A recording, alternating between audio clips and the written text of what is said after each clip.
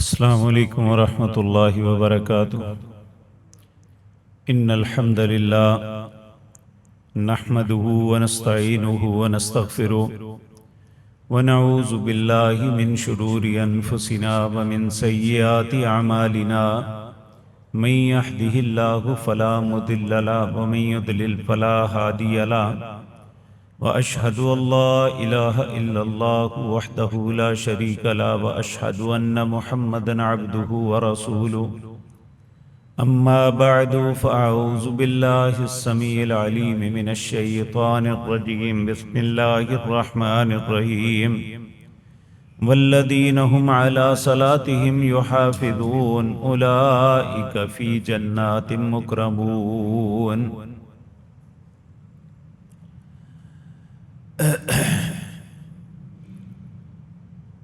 حضرات محترم،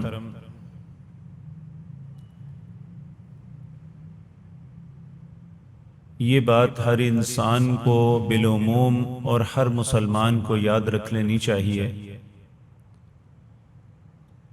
کہ ہمارا اللہ رب العزت کے ساتھ کامیابی کا ایگریمنٹ جو ہے وہ مشروط ہے نماز کے ساتھ۔ جس کی زندگی میں نماز ہوگی وہ کامیابی کی توقع رکھ سکتا ہے۔ اگر خدا نخواستہ کسی انسان کی زندگی میں نماز نہیں ہے تو اس کے لیے کوئی رستہ نہیں۔ نبی کریم صلی اللہ علیہ وسلم نے فرمایا، قیامت کے دن اول ما یحاسب بہ العبد الصلاۃ، جب بندوں کا حساب ہوگا تو سب سے پہلی جو بات پوچھی جائے گی، جس بات کا سوال ہوگا وہ نماز ہے۔ نبی کریم صلی اللہ علیہ وسلم نے فرمایا، جس کی نماز درست ہوئی اس کے لیے وہ نور اور برہان اور دلیل بنے گی، جس کی نماز درست نہ ہوئی اس کے لیے وہ کوئی دلیل، نور یا برہان نہیں ہو۔ یہ بات ذہن میں رکھیں کہ نبی کریم صلی اللہ علیہ وسلم نے بھی اس بات کی خبر دی کہ قیامت کے دن فرشتے انسان کا نامہ اعمال اللہ کی بارگاہ میں اللہ کے حضور پیش کریں گے۔ اللہ اس نامہ اعمال کو دیکھیں گے بھی نہیں، سب سے پہلا سوال کریں گے کہ اس میں نماز ہے۔ فرشتے عرض کریں گے، اے اللہ رب کریم، نماز تو نہیں لیکن یہ فلاں فلاں فلاں اچھا کام کرتا تھا۔ اللہ کہتے ہیں نہیں، مجھے یہ بتاؤ اس کے نامہ اعمال میں نماز ہے۔ اگر نماز نہیں تو اس کا نامہ اعمال بند کر کے اس کے منہ پہ مار دیا جائے گا، اس کی کسی نیک عمل کو قبول نہیں کیا جائے گا جس کی نماز نہیں۔ لیکن یاد رکھیں کہ اللہ رب العزت نے نماز صرف پڑھنے کا حکم نہیں دیا، بلکہ نماز کی حفاظت کا حکم دیا ہے۔ کہا والذین هم علی صلاتهم یحافظون اولئک فی جنات مکرمون، جو اپنی نمازوں کی حفاظت کرتے ہیں وہ جنت میں عزت پائیں گے۔ اب سوال یہ پیدا ہوتا ہے، نماز کی حفاظت کیا ہے؟ چار باتوں کا نماز کے لیے، کیونکہ آپ لوگ ماشاءاللہ ماشاءاللہ اللہ استقامت عطا فرمائے، سب لوگ نمازی ہیں۔ میں ان لوگوں سے مخاطب نہیں ہوں اس وقت جو نماز نہیں پڑھتے۔ نبی کریم صلی اللہ علیہ وسلم نے چار چیزوں کا لحاظ رکھنے کا حکم دیا نماز کے اندر۔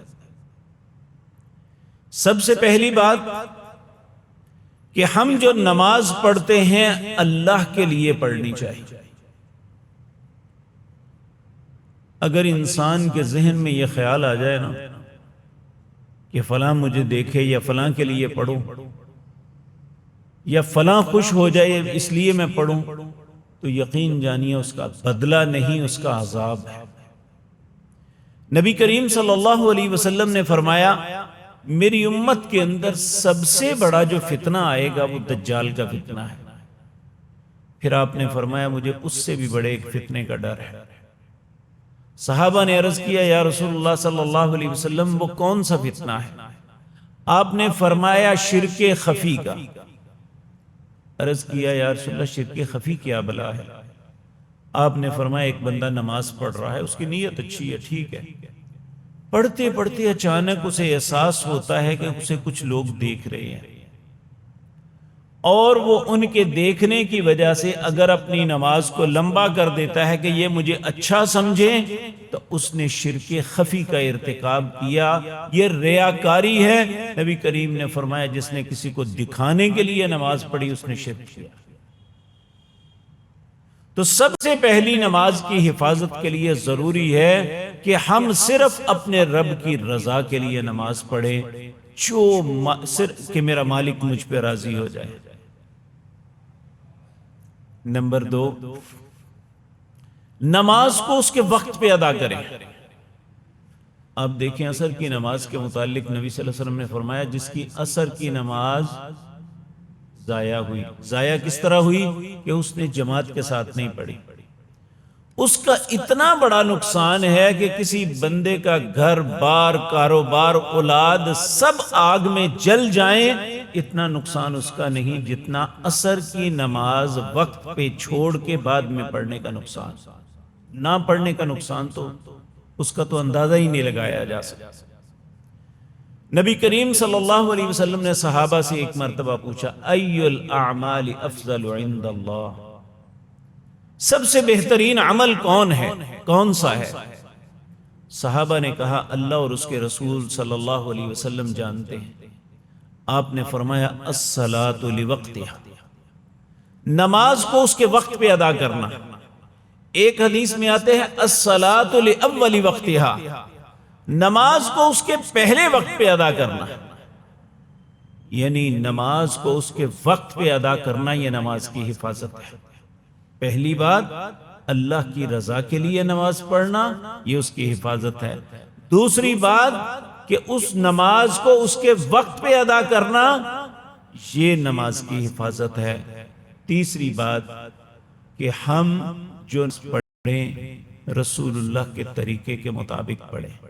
بدقسمتی یہ ہے اس وقت ہم مسلمان نمازی جو پڑھتے ہیں میں ان کی بات ہے، جو نہیں پڑھتے ان کی بات نہیں کر رہا، زمین آسمان کا نماز کی ادائیگی میں فرق ہے۔ ایک شخص کہتا ہے کہ نماز میں یہ کام نہیں کرنا چاہیے، دوسرا کہتا ہے لازماً کرنا چاہیے، دونوں ٹھیک نہیں ہو سکتے، دونوں میں ایک غلط ہے۔ اگر نہ کرنے والا درست ہے تو کرنے والا غلط ہے، اگر کرنے والا درست ہے تو پھر نہ کرنے والا غلط ہے۔ یہ نہیں ہو سکتا، یہ بہت بڑا دھوکہ دیا جاتا ہے کہ یہ نبی کریم کی مختلف سنتیں ہیں، آپ کر بھی لینا چاہیے نہیں بھی کر لینا چاہیے، یہ بالکل غلط ہے۔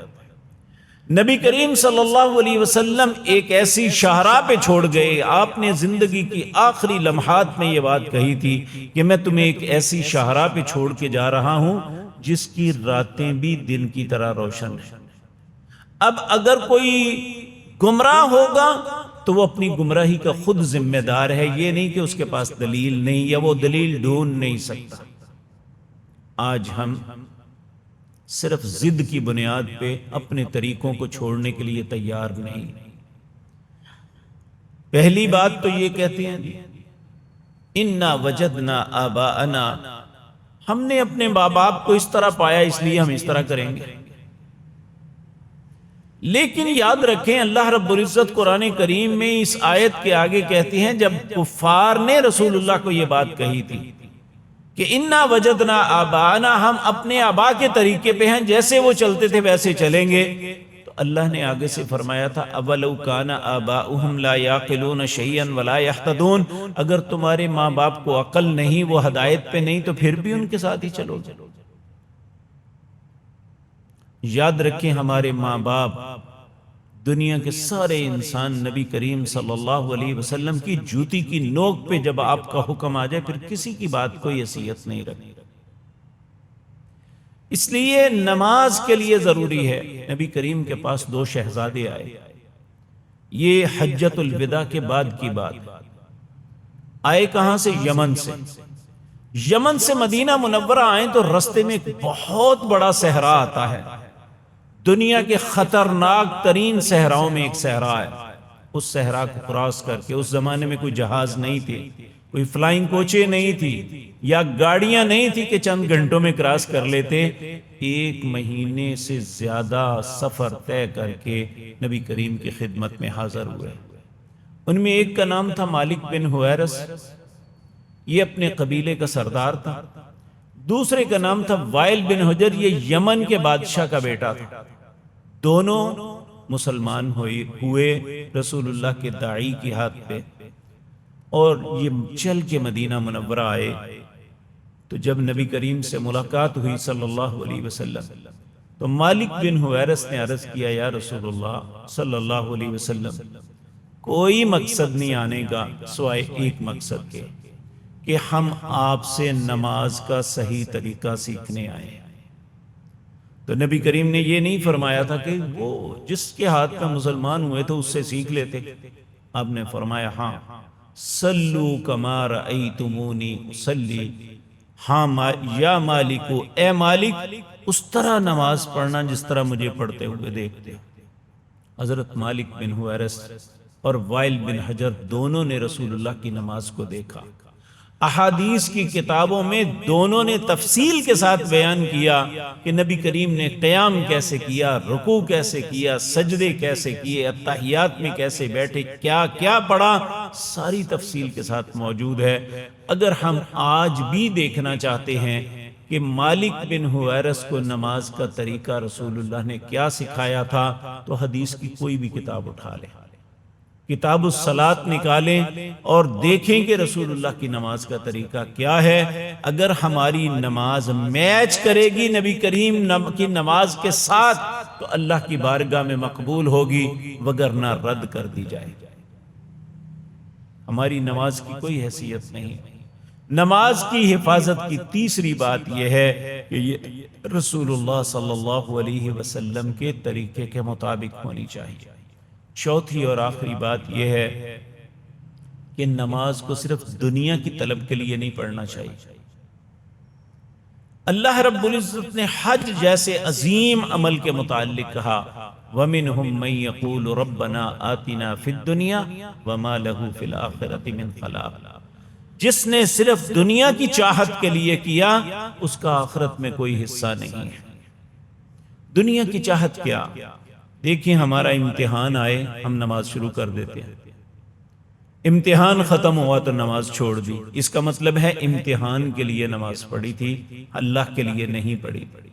اسی طرح خدا نہ خواستہ اللہ سب کی حفاظت فرمائے، کو مصیبت آ جاتی ہے، بیماری آ جاتی ہے تو نماز شروع کر دیتے ہیں، بیماری ختم ہوتی ہے تو نماز چھوڑ دیتے ہیں۔ یہ ایک ایسی بات ہے، یہ نماز کی حفاظت نہیں ہے۔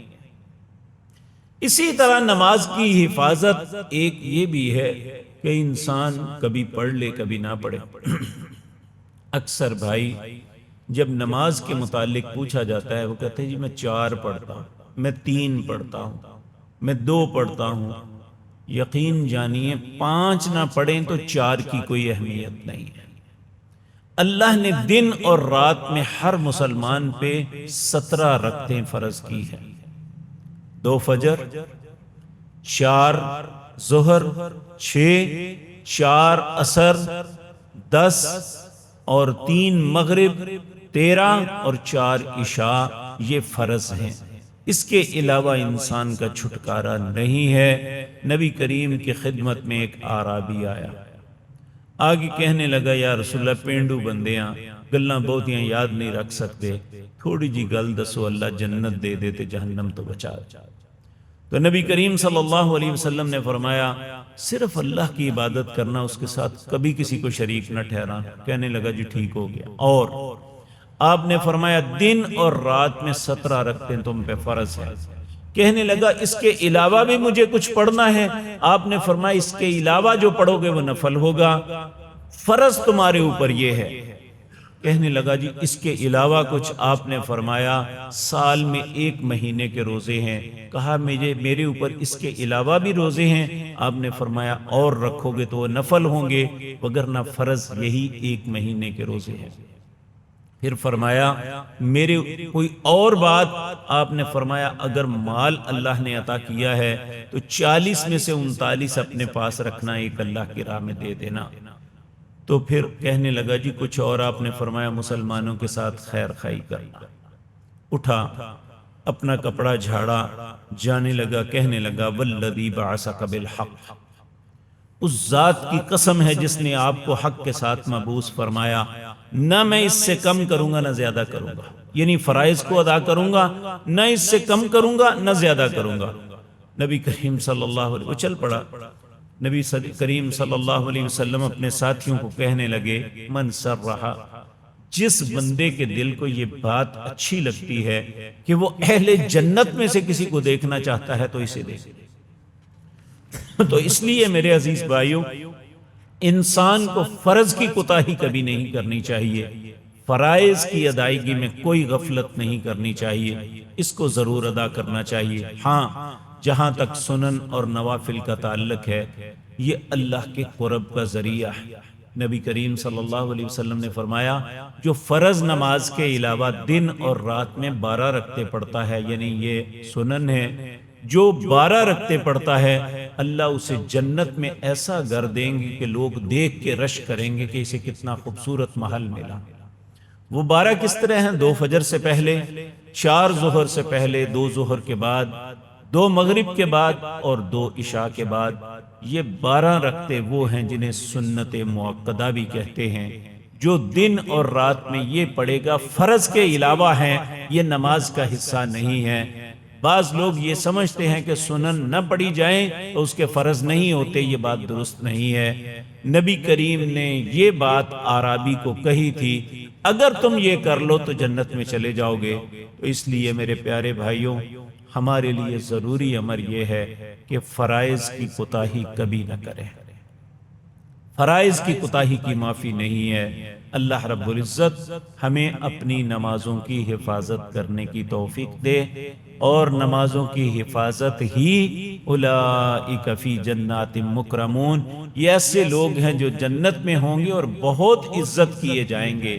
اللہ ہمیں بھی اس رستے پہ ڈال دے، ان لوگوں میں شامل فرما دے۔ اقول قولی ھذا واستغفر اللہ۔